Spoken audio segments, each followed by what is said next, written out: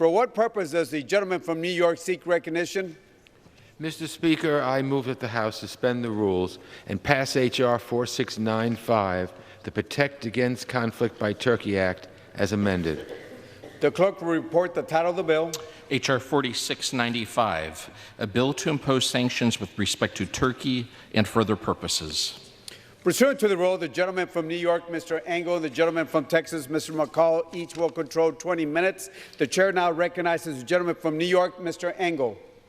Thank you, Mr. Speaker. I ask unanimous consent that all members have 5 legislative days in which to revise and extend their remarks and include extraneous material on H.R. 4695. Without objection, I yield myself such time as I may consume. Gentleman from New York, Mr. Engel, is recognized. Thank you, Mr. Speaker. I would first like to submit into the congressional record an exchange of letters between myself and the chairs of the Committees on Ways and Means, Oversight and Reform, Financial Services, and Judiciary on H.R. 4695. Mr. Speaker, I've described the administration's approach to international affairs as fly-by-the-seat-of-your-pants foreign policy, but over time, we've seen a pattern emerge.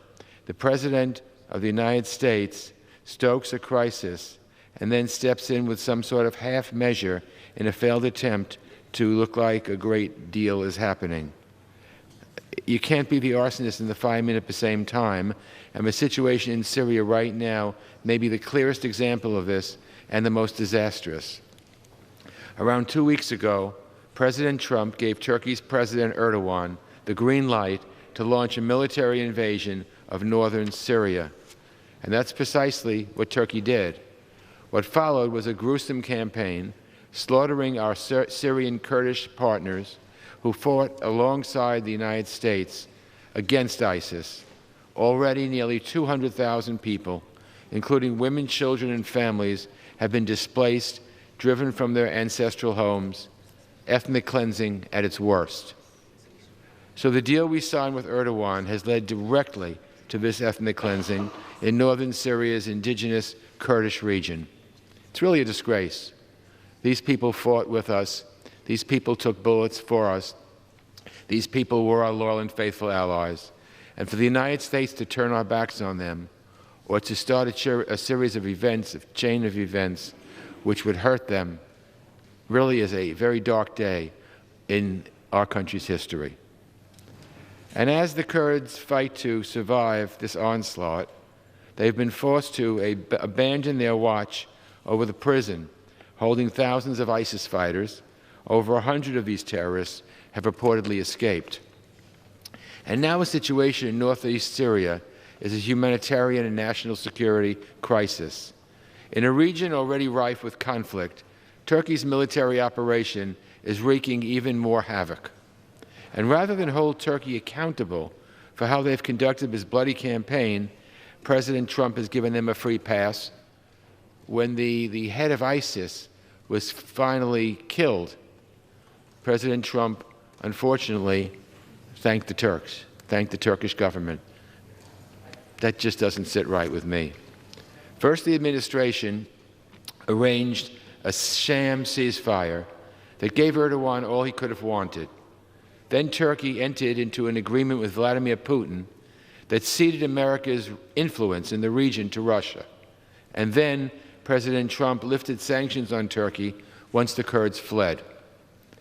President Trump has let Erdogan off scot-free for a heinous assault that is destabilizing the region and threatening international security.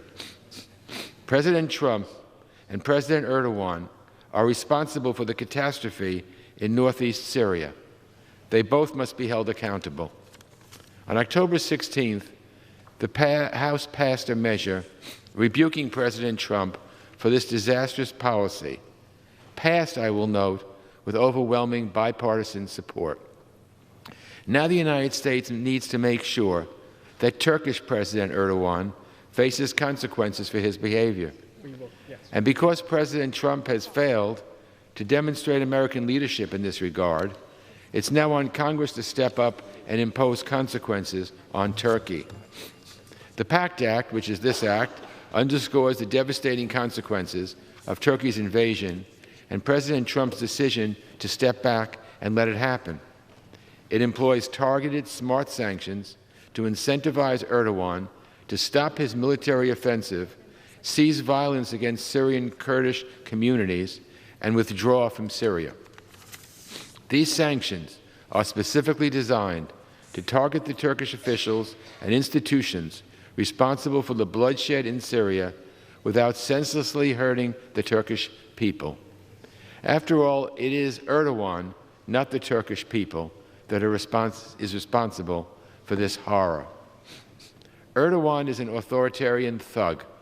His rule has left a glaring black mark on Turkey's historic, secular, democratic traditions. We need to pressure him while ramping up diplomacy in the hopes of getting Turkey back on the right track as a NATO ally. That's one of the goals of this measure. This bipartisan legislation also requires the Trump administration to develop concrete strategies for combating ISIS, protecting Syrian Kurdish communities, and ensuring Syrians who partnered with American forces, as well as NGOs and humanitarian organizations, can be safely resettled in the United States. This is a smart response to address the calamity caused by Turkish forces in Syria. It's up to Congress to act, to make it clear where the American government stands. I want to thank my friend, Ranking Member McCall, for working with me to introduce this legislation, and I hope all of our colleagues will join us in supporting it. I reserve the balance of my time. Without objection, the letter exchange will be entered in the record. The gentleman from New York reserves. The chair recognizes the gentleman from Texas. Thank you, Mr. Speaker. I yield myself as much time as I may consume. The gentleman is recognized. Mr. Speaker, I rise in support of H.R. 4695, Protect Against Conflict by Turkey Act. The death of Abu Bakr al-Baghdadi this past weekend is a major win in our counter-ISIS campaign, and I congratulate our brave special operators for a job well done, the men and women of our intelligence community, and our president for a bold decision. The world is better off without this sick and deranged leader of the so-called caliphate.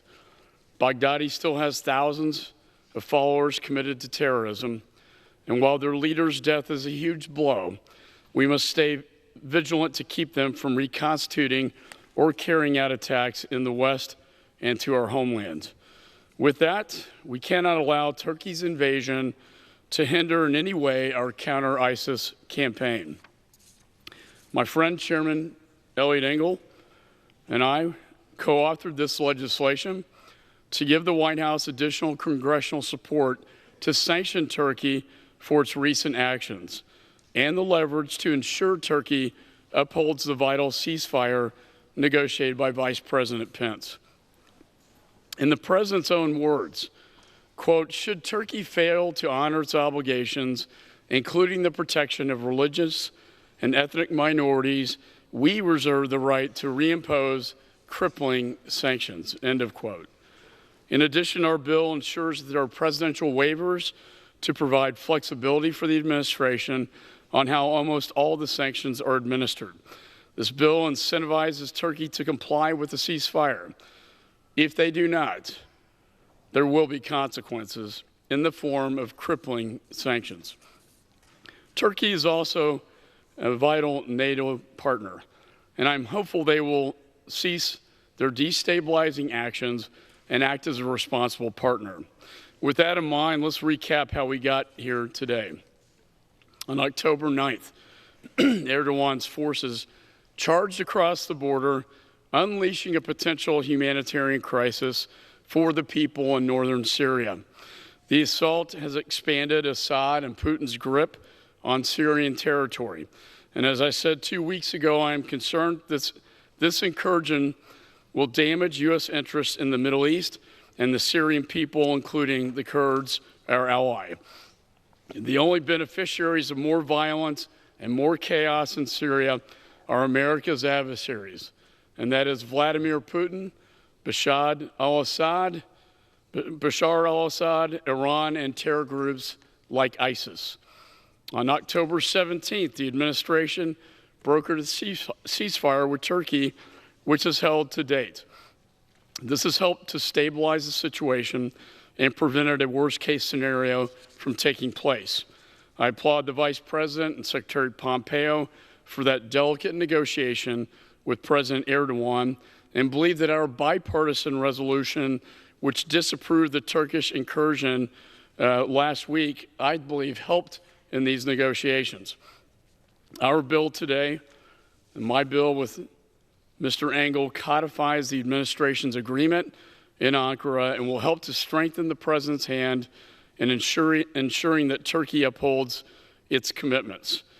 Our bill imposes penalties on Turkey if it continues its offensive in northern Syria. Specifically, it sanctions Turkish officials involved in military operation in Syria. It blocks U.S. weapons sales to Turkey that could be used in Syria and sanctions foreign entities selling such weapons to Turkey. And it sanctions banks supporting Turkey's defense sector in the Syria campaign. Our bill also requires the administration to develop plans to adjust our counterterrorism strategy to respond to the changing situation on the ground.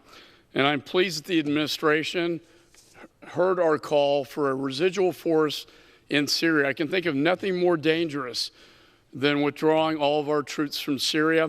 As we saw when we withdrew under the previous administration from Iraq, the 10,000 forces, that's when we saw the rise of ISIS and the so-called caliphate. We will have a residual force in Syria working with the SDF and the Kurds to help defeat and make sure ISIS is never again a threat to the homeland. Finally, it identifies Turkey's purchase of the Russian S-400 system as a transaction subject to sanctions under the Counting America's Adversaries Through Sanctions Act, or CATSA. That's very important. How can you be a NATO ally and purchase Russian military equipment? We let Turkey into NATO to protect them from the Soviet Union, and now our NATO ally is buying Russian equipment, Russian military equipment, and through its invasion into Syria, threatening our allies. For these reasons, I urge support of this bill, and once again, I want to thank Chairman Engel for once again coming to a bipartisan resolution when once again they said it couldn't be done. Mr. Chairman, we got it done, and I thank you for that, and I reserve the balance of my time. The gentleman from Texas reserves. The chair recognizes the gentleman from New York.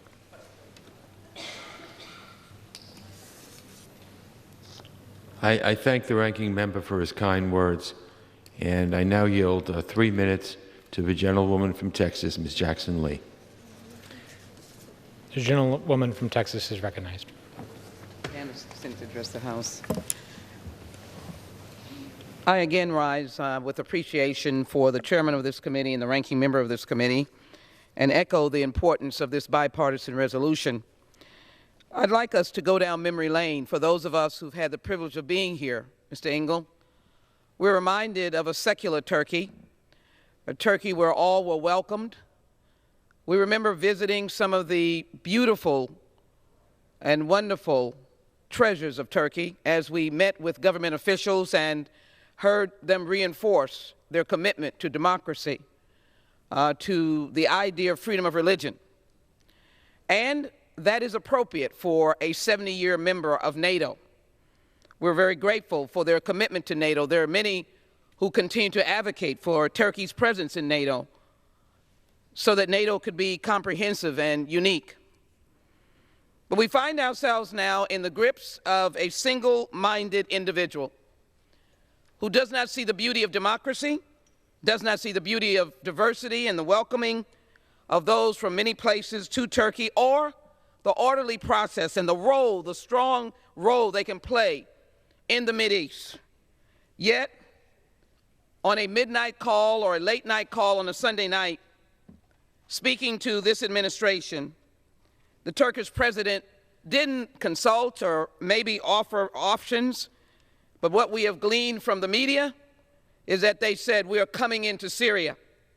And in the midst of them coming into Syria, they created a humanitarian crisis, fleeing women and children, destroying homes, taking people away from their homeland, and just doing havoc. There must be order in the world and respect and dignity and a respect for the sanctity of life. I am glad to rise for this, in support of this legislation. To target Turkey for sanctions will not be lifted until Turkey withdraws from northern Syria. And the bill requires concrete strategies from the administration from combating ISIS, protecting Syrian Kurdish communities, and an analysis of human rights violations committed by Turkish forces, as well as a refugee program. It goes with my earlier designation that this is a humanitarian crisis. It responds to the needs of the people. This is not an act of war. This is to seek peace. This bill freezes assets and imposes a mandatory visa ban against senior officials of Turkey, including the Minister of National Defense, who apparently would not listen. Additionally, the PACT Act prohibits all arms transfer that Turkey could use in Syria. Bloodshed against the people, not peace. Finally, the PACT Act imposed targeted sanctions on Halkbank, a Turkish bank with ties to President Erdogan. We'd have wished to be around the diplomatic table to resolve the issues in Syria. We might have been on the verge of doing that. There was a calmness on the border, the northern border. We had a certain number of troops. Great opportunities remained before Turkey. But unwise and unilateral decisions were made. Part of that was the withdrawing of our armed forces from northern Syria. But I think it is clear to those of us who do want peace that there was a way of doing it. These sanctions should send a very strong message to Syria that we are, the gentlelady's time has expired. Recognizing the Kurds. I yield an additional 30 seconds to the gentlewoman. The gentlelady is recognized for additional 30 seconds. I thank the gentleman. A strong message to Syria that, one, we in the United States Congress take seriously the intrusion of Turkey into the Kurdish area. It should send a strong message to President Erdogan to recognize that he cannot bully his way through in the region.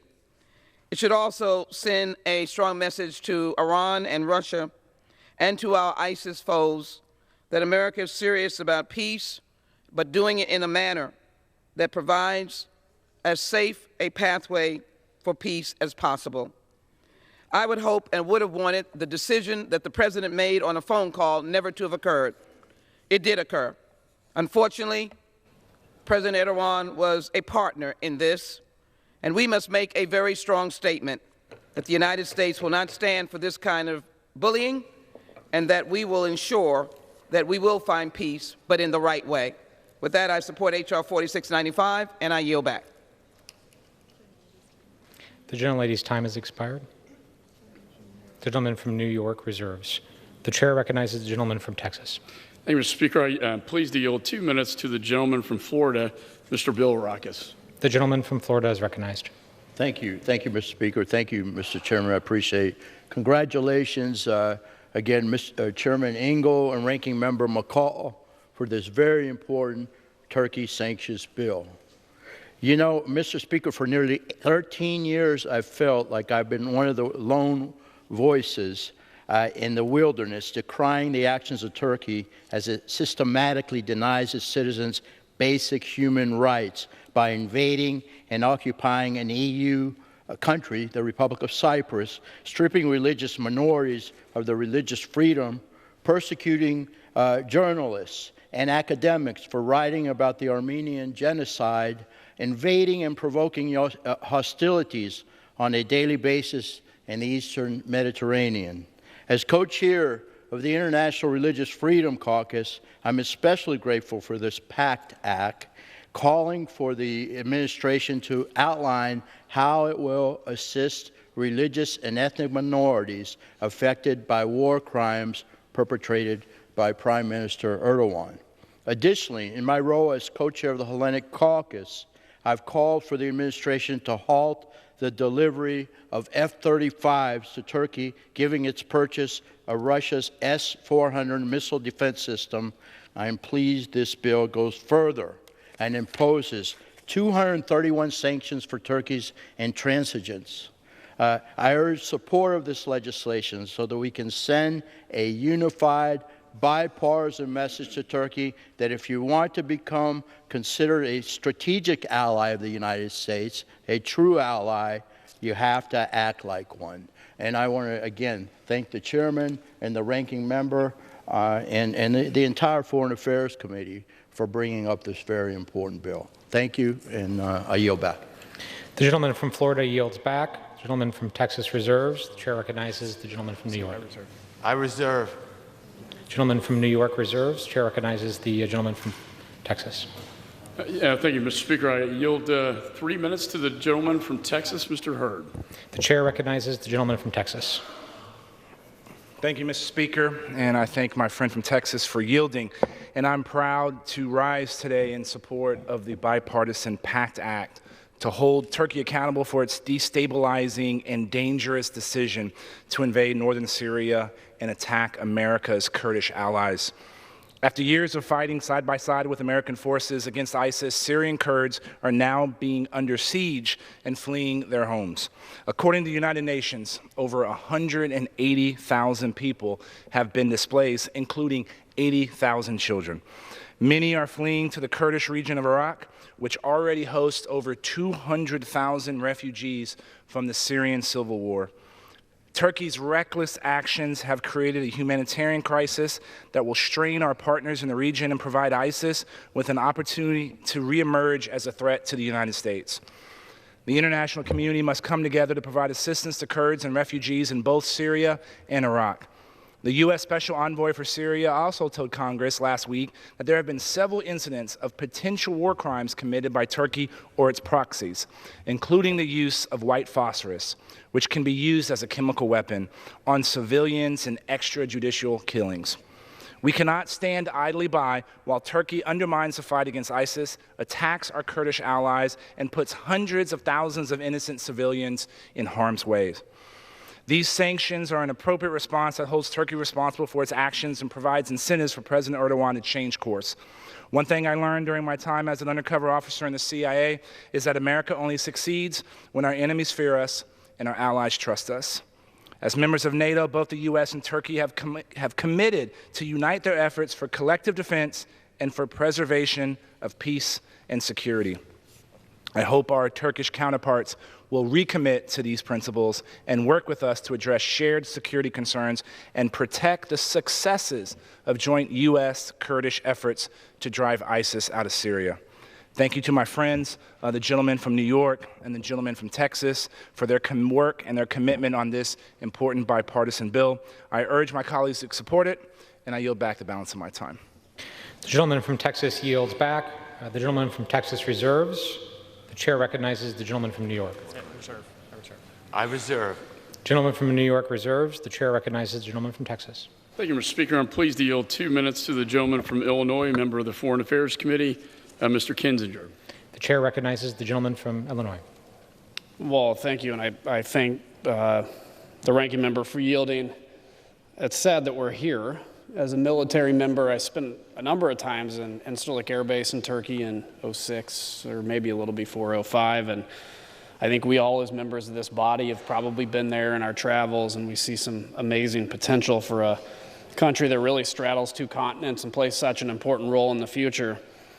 But it's sad to see what's happened. And so I'm reluctantly having to rise today in support of H.R. 4695, the Protect Against Conflict of Turkey Act, also known as the PAC Act. I co-sponsored this because I'm worried about the direction of President Erdogan and the direction he's taking the Republic of Turkey. The leader of a country with so much to offer the world should not be cozying up to the likes of Vladimir Putin and Bashar al-Assad. Vladimir Putin, who oversees a failing nation, quite honestly, and is not the future. And yet that's exactly what Erdogan's doing when he decided to invade Syria. Far too many men, women, and children have died at the hands of Assad, Putin, and Khamenei.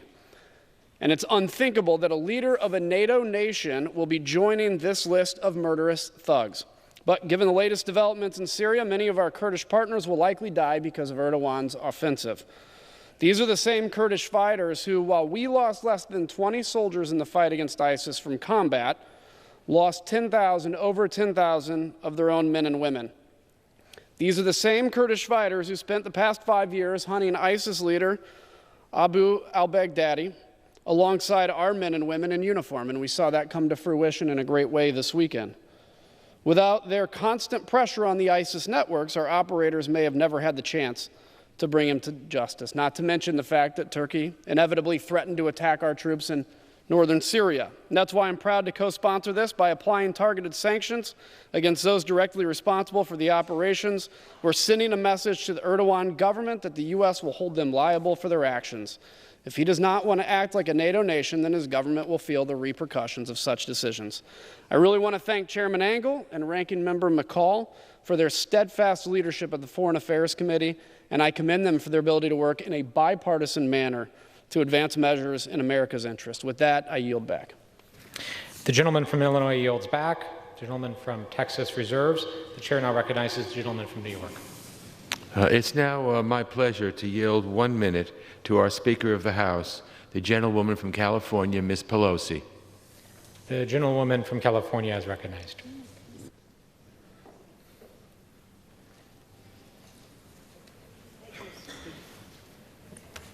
Thank you, Mr. Speaker. I thank the gentleman for yielding, and I thank him and Mr. Engel, the distinguished chairman of the Foreign Affairs Committee, and the distinguished ranking member of the committee, Mr. McCall, for their leadership in bringing this important bipartisan leadership to the floor.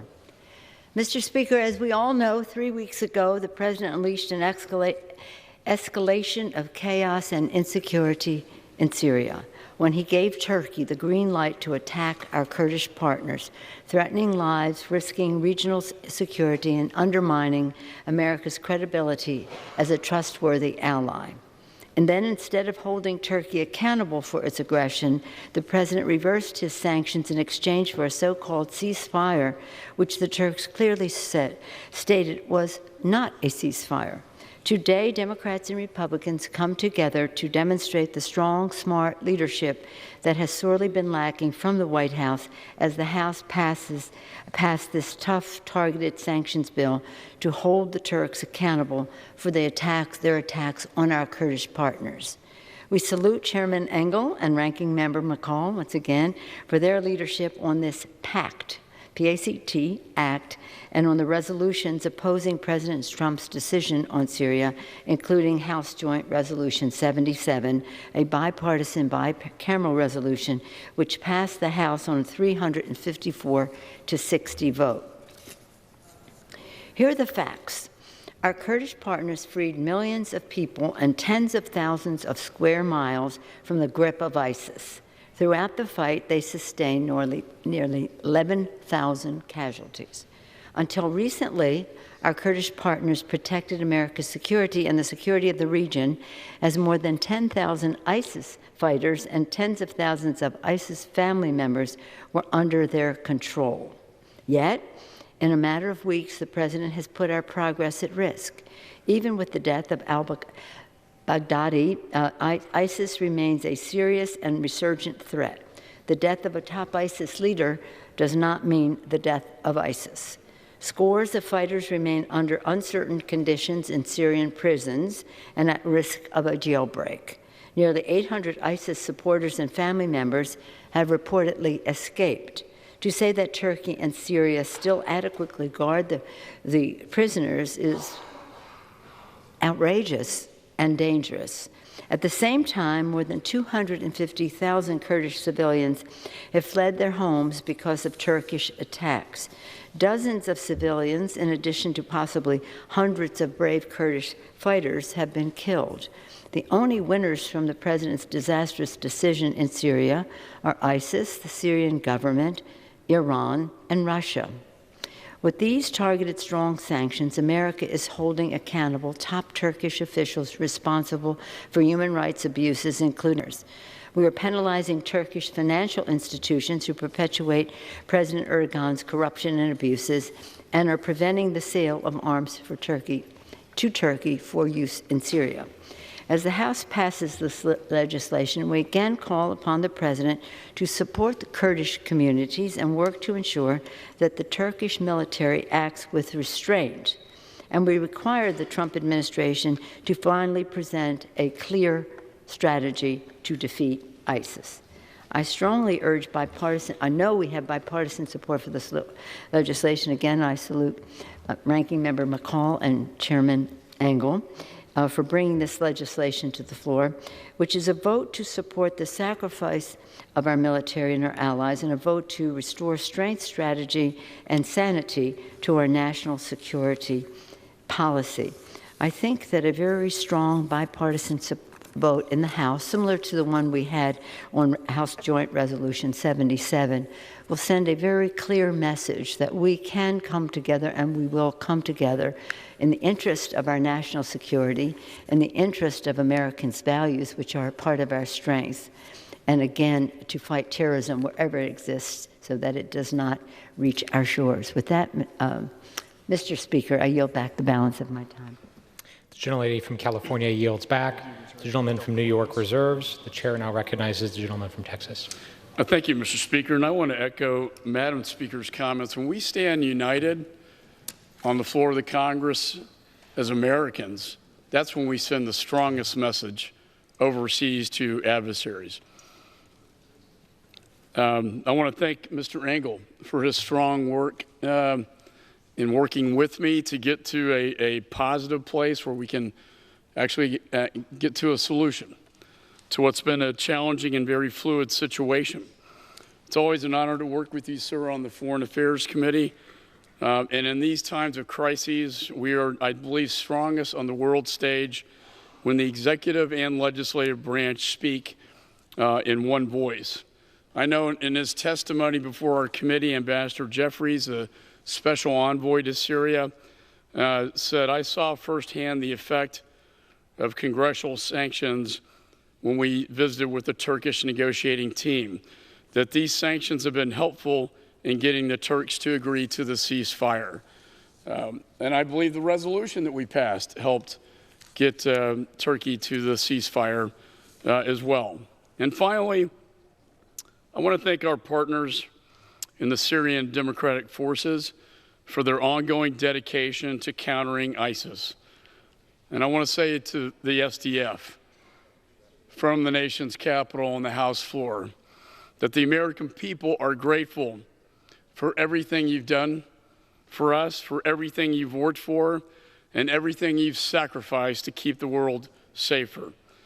So with that, Mr. Speaker, I urge all members to support this important legislation and yield back the balance of my time. The gentleman from Texas yields back. The chair now recognizes the gentleman from New York. Thank you, Mr. Speaker. I yield myself as much time as I may consume for the purpose of closing. The gentleman is recognized. I'd like to again thank Ranking Member McCall for his partnership in writing this important bipartisan bill. And it's even more than just partnership. It's working together on both sides of the aisle to do good for the American people. And that's really what this should be all about, particularly when we're talking about foreign affairs. So I want to thank Mr. McCall for working closely with me and for really making this a real collaborative bill. The measure before us represents what the Foreign Affairs Committee does best: bipartisan, common sense legislation that advances American interests and American values on the global stage. The PACT Act holds Turkey accountable for its bloodshed in Syria. It calls on Erdogan to immediately stop his campaign of ethnic cleansing, to expel Syrian Kurds and other minority groups from their homeland, and to start living up to the democratic values that we expect from a NATO ally, values that right now are under constant attack in Turkey. It's a sad coincidence, Mr. Speaker. Today is the 96th anniversary of the founding of the Republic of Turkey. For nearly a century, the Turkish people have fought hard to grow and preserve democracy in their country, and Erdogan has done such incredible damage to that legacy. I call on all my colleagues to join me and Mr. McCall in supporting this legislation and sending a strong message that the United States Congress will not condone Turkey's horrific atrocities against the Kurds. Not only will we not condone it, we oppose it, we will speak out about it, and we will try in every way we can to stop it. Thank you. I yield. I urge my colleagues to support this very important measure, and I yield back the balance of my time. The gentleman from New York yields back. The question is, will the House suspend the rules and pass the bill 4695 as amended? Those in favor say aye. Those opposed, no. In the opinion of the chair, 2/3 being in the affirmative. Speaker, on that I ask for the yeas and nays. The gentleman from New York is recognized. The yeas and nays are requested. All those in favor of taking this vote by the yeas and nays will rise and remain standing until counted. A sufficient number having risen, the yeas and nays are ordered. Pursuant to Clause 8 of the Rule 20, further proceedings in this question will be postponed.